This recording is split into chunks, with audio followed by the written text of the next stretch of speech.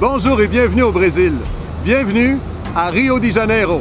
Je vous parle présentement de la célèbre plage d'Ipanema et pourquoi j'ai choisi de vous parler de ce lieu magique ici aujourd'hui, c'est que j'ai eu envie de partager avec vous un rêve que j'ai eu il y a à peu près une quinzaine d'années, celui de devenir conférencier professionnel. D'abord, avant de prendre la décision à cette époque-là, j'ai tout perdu. J'ai perdu ma santé, ma confiance et mon travail. À l'an 2000, j'ai été diagnostiqué aux prises avec un burn-out, un épuisement professionnel. Et ma première réaction, ça a été tout de suite de laisser mon travail pour m'accorder une pause. Et durant ce moment, j'ai commencé à construire des conférences, des ateliers de formation sur la prévention de l'épuisement professionnel en entreprise. Les années ont passé et mon message s'est étoffé. La prévention du burn-out, j'ai commencé à enseigner la communication d'influence auprès des équipes de vente, l'accroissement de la qualité du service à la clientèle, le leadership, la gestion de changement et l'art oratoire. Comment mieux s'exprimer en public ou devant les médiums électroniques. Aujourd'hui, mon désir de partager mon expérience et de faire une différence m'a amené à donner des conférences un peu partout, même ici, au Brésil, à Rio de Janeiro.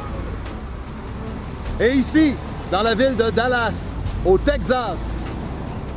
Et ici, à Saint-Louis. Et ici, à Genève, en Suisse. Et mon désir de partager mon message et faire une différence m'a aussi amené ici, en Belgique, à Bruxelles. Et jusqu'à Lisbonne, au Portugal. Et ici, à Paris. Et ça m'a aussi amené ici, dans la belle ville de Québec. Et jusqu'à Ottawa, la capitale du pays. Et aujourd'hui, je me retrouve ici, à Montréal, pour vous parler et vous souhaiter à nouveau la bienvenue à cette série de vidéos de formation. Vous savez, comme je l'ai mentionné dans ma présentation, en 2001, j'ai tout perdu. Ayant été durement frappé par un épuisement professionnel, je me suis retrouvé avec un niveau de confiance à zéro et le moral complètement à terre. Et c'est à ce moment-là que tout a changé pour moi.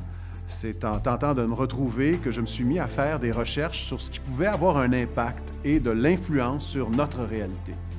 C'est à ce moment-là que j'ai découvert des auteurs passionnants comme Joseph Murphy, qui a écrit une trentaine d'ouvrages traitant de la dynamique de la pensée, du subconscient et de l'autosuggestion. Milton Erickson également pour ses ouvrages sur l'hypnose thérapeutique.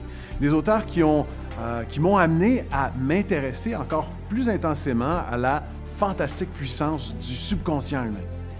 Et à travers mes recherches, j'ai entre autres enfin découvert l'origine de la fameuse phrase qui dit « Change tes pensées et tu changeras ta vie ».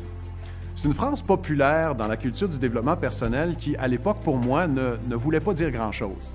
En fait, « Change tes pensées et tu changeras ta vie », c'est une belle phrase, mais qui demeurait assez abstraite pour moi, jusqu'au jour où l'on m'enseigna le processus par lequel on crée tout ce qui se présente dans nos vies. On l'appelle le processus de manifestation. C'est une équation assez simple, mais qui vaut vraiment la peine de s'y attarder. Voici l'équation en question, et ça débute par nos pensées. Oui, les pensées que l'on génère à tous les jours, bien ces pensées-là ne sont pas aussi innocentes qu'elles en ont l'air, parce que nos pensées, en fin de compte, génèrent des émotions. Oui, nos pensées génèrent des émotions. Et nos émotions vont, à leur tour, générer des actions. Et finalement, nos actions vont, en bout de ligne, générer nos résultats. Nos pensées génèrent des émotions, nos émotions génèrent nos actions et nos actions vont créer nos résultats. Ou exprimé différemment, il y a une phrase qui dit « Ne sous-estimez pas vos pensées, car elles deviendront vos mots.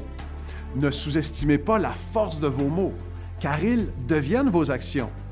Vos actions deviendront vos habitudes et vos habitudes, tranquillement, deviennent notre caractère, qui, lui, va sculpter notre destinée. » Et c'est assez intéressant quand on s'y attarde parce que le fait de changer nos pensées peut, oui, avoir vraiment un impact sur notre réalité. Cette phrase « change tes pensées et tu changeras ta vie » prend aussi tout son sens au niveau du subconscient. Parce que si vous changez vos pensées, vous changerez votre dialogue intérieur. Parce que nous avons tous un dialogue intérieur qui, lui, immanquablement, nourrit et alimente notre subconscient. Alors, en changeant notre façon de penser, vous venez qu'à alimenter votre subconscient de nouvelles informations, peut-être plus positives. Et en fin de compte, il y a des chances pour que petit à petit, cette nouvelle façon de penser puisse contribuer à changer nos croyances. Et on en revient aux croyances qui génèrent notre vie. Souvenez-vous, dans le premier vidéo, on discutait en parlant des croyances qu'au fil du temps, nos croyances deviennent le filtre par lequel on perçoit le monde qui nous entoure. On disait également de ne pas oublier que parfois, on ne voit pas le monde tel qu'il est. Parfois, on voit plutôt le monde comme nous pensons qu'il est en se basant sur nos croyances qui sont profondément enracinées en nous. Justement, parlons ici de nos croyances en lien avec l'argent. Parce que vous savez comme moi que nous avons plusieurs croyances reliées à l'argent. Ici au Québec, par exemple, on a tous entendu des phrases comme « l'argent ne pousse pas dans les arbres »,« il faut travailler dur pour son argent ». Chez nous, mes parents disaient souvent « on n'est pas la banque à Joe Violon ». On a tous entendu des phrases comme « les riches, c'est des voleurs », etc. Des phrases que l'on a entendues et qui, petit à petit, peuvent s'être enracinées en nous, devenues des croyances sur lesquelles on base notre perception des choses. Par exemple, si on répète sans cesse à un enfant que dans la vie, l'argent est durement gagné, comment croyez-vous que cet enfant-là va gagner son argent une fois adulte? Facilement ou durement? Prenez un arbre et comparez les fruits de cet arbre à vos résultats.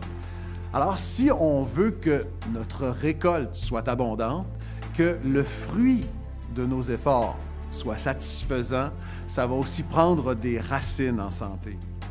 Ce que je veux dire ici, c'est que votre réussite extérieure dépend aussi de votre réussite intérieure. Et lorsque l'on parle de réussite intérieure, on fait référence à la qualité de votre vision, de vos pensées et des croyances qui vous accompagnent. Parfois, changer certaines vieilles croyances qui ne servent plus pour les remplacer par de nouvelles plus fortes et en lien avec ce que l'on désire dans sa vie, c'est souhaitable. Comme un vieux programme de votre ordinateur, le remplacer par un programme plus performant en lien avec ce que vous voulez accomplir. Mais comment y arriver? Et c'est là la grande question. Comment reprogrammer concrètement notre subconscient? Dans les prochaines vidéos que je vous ferai parvenir, vous découvrirez des outils concrets pour y arriver. Vous découvrirez des stratégies qui pourraient vous accompagner pour le reste de votre vie et qui, à volonté, pourraient vous servir pour vous assurer que vous êtes continuellement aligné avec vos objectifs. C'est passionnant et je suis très enthousiaste à l'idée de poursuivre avec vous cette série de vidéos de formation. Il s'agit de techniques éprouvées qui fonctionnent et on continuera à en parler dans notre prochaine vidéo. Alors, à dans très peu de temps pour la suite. À très bientôt.